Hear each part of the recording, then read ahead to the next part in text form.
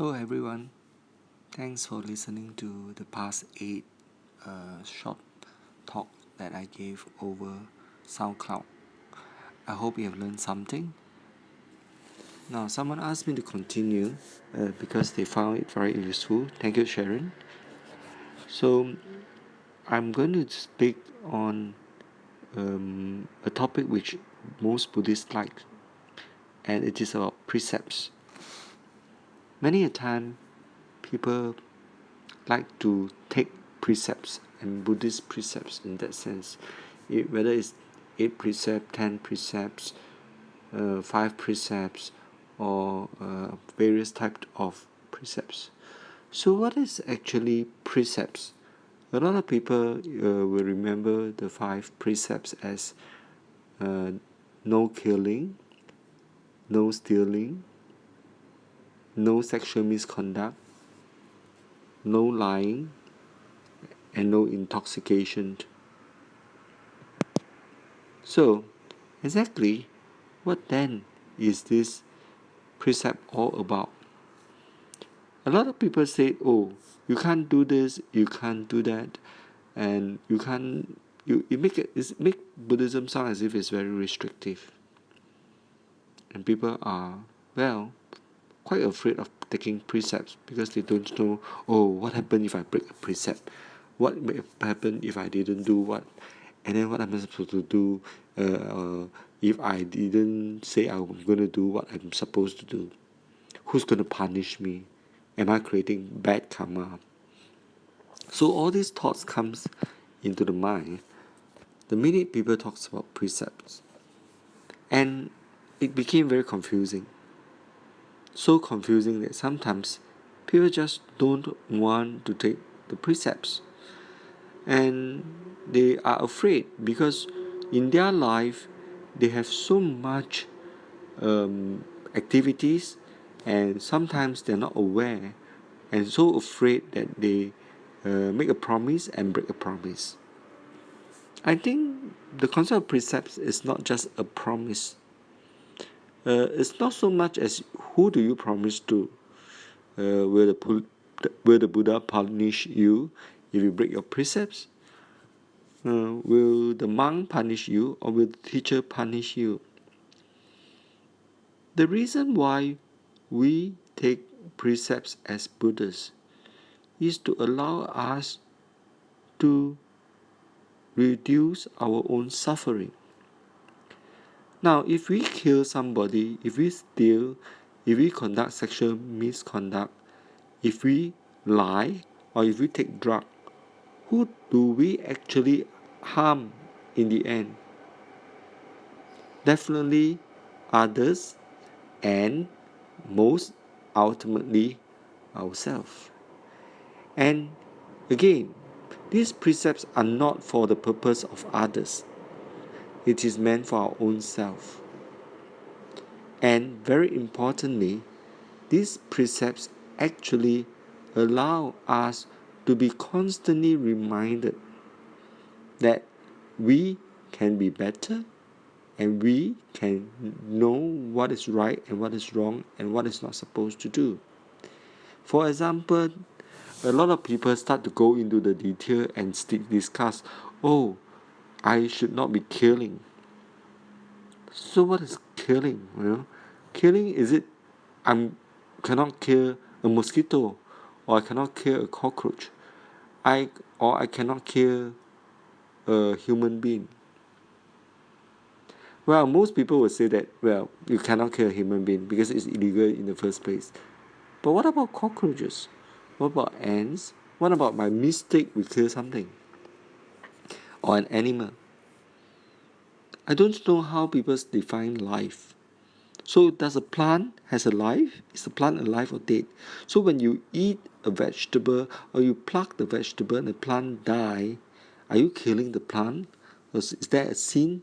So if that is the case, then we are practically not eating anything, right? Because everything comes from something living. So what's the difference between the killing of an animal and the killing of a plant or killing of a fish? I don't really buy this argument about sentient being and consciousness, because I don't know how much fish has consciousness. And nowadays people say that plant also have consciousness, and the plant will feel a pain. So we are not the plant, we don't know. We also don't know about the fish. We also don't know about the animal. But what we know is that we don't first do no harm. We try our best to minimize harm. And when we cannot avoid harm, we will do something to reduce and minimize them. That means we will get the lowest pain and suffering for others and ourselves. For example, if you need to kill something for food, how do you want to do it? Do you do it the fastest way, or you do it the slowest, most torturous way? Well, I've seen people eating drunken prawn. I think that is really a cruel way of eating prawn. Okay, well, you slowly soak the prawn into wine, and let the prawn jump in pain, because you physically can see it suffering and in pain, and it jump and jump and jump and jump until you put it in the boiling water and kill it. Well, that I will never eat that. But I've seen that. The other thing is, I've also seen people eating fish, fresh fish. The fresher the better. They call it the swimming fish. And I point to the finger and I want this fish to die for me.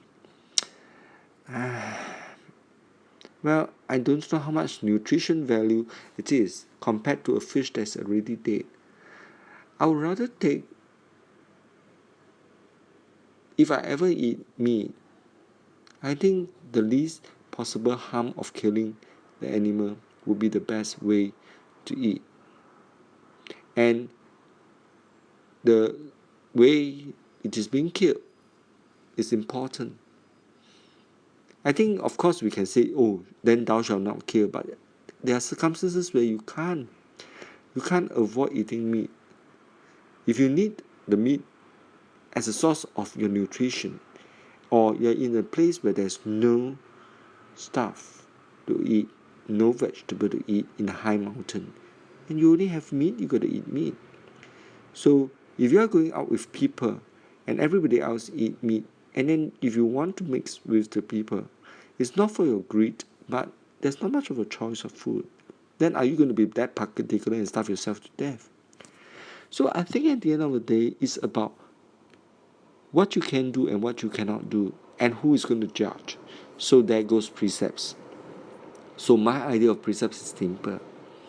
It is not merely a set of rules that tell you what to do and not what to do, but we must continuously be aware of this set of rules so that we knew exactly at that situation if we remember whether we should do or not.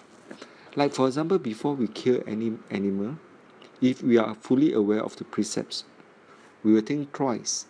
And you maybe even twice or 3 times or 4 times before you start doing any killing. And by then, your mind will become softer. Because you have this constant, continued awareness of the precepts. You understand the precept, you remind yourself of the precepts, and you understand the meaning behind the precepts.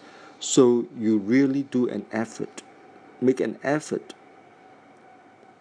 of all your actions, rather than to limit yourself to just killing, stealing, sexual misconduct, lying, and intoxication. Like for example, before you take medicine, well, an overdose of a medicine is actually an intoxicant. Well, if you can't sleep, you want to relax for a while, can Buddhists take alcohol? Sometimes in life, we need to lie. We need to tell something that's untrue. What is your intention behind the purpose of the lie? What is the purpose of drinking alcohol? What is your reason of doing something? So rather than to look at the actions and say what you can do and not what you cannot do. You look at what is your motivation and intention. What is the purpose of doing it? So precepts is about constant reminder and asking yourself what exactly is your motivation and reason for doing something. And when you understand precepts this way, then you are able to explain what can be done and cannot be done, and do not need to constantly remind yourself and memorize yourself and argue yourself to death and make yourself so guilty. So the precepts is not a rule for people to regret. It is not a set of rules that say you can do or cannot do. It is a way and a system for us to remind ourselves that our actions must be skillful, must be for the benefit of others, must be given a chance, okay, to understand and look through the whole purpose and intention and reason why we are doing, so that our move and our actions are reasonable and logical. So precepts is not just rule.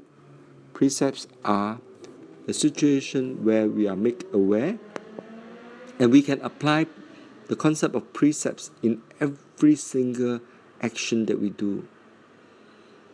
I hope you understand what I mean, and I hope you enjoy the next talk. Thank you.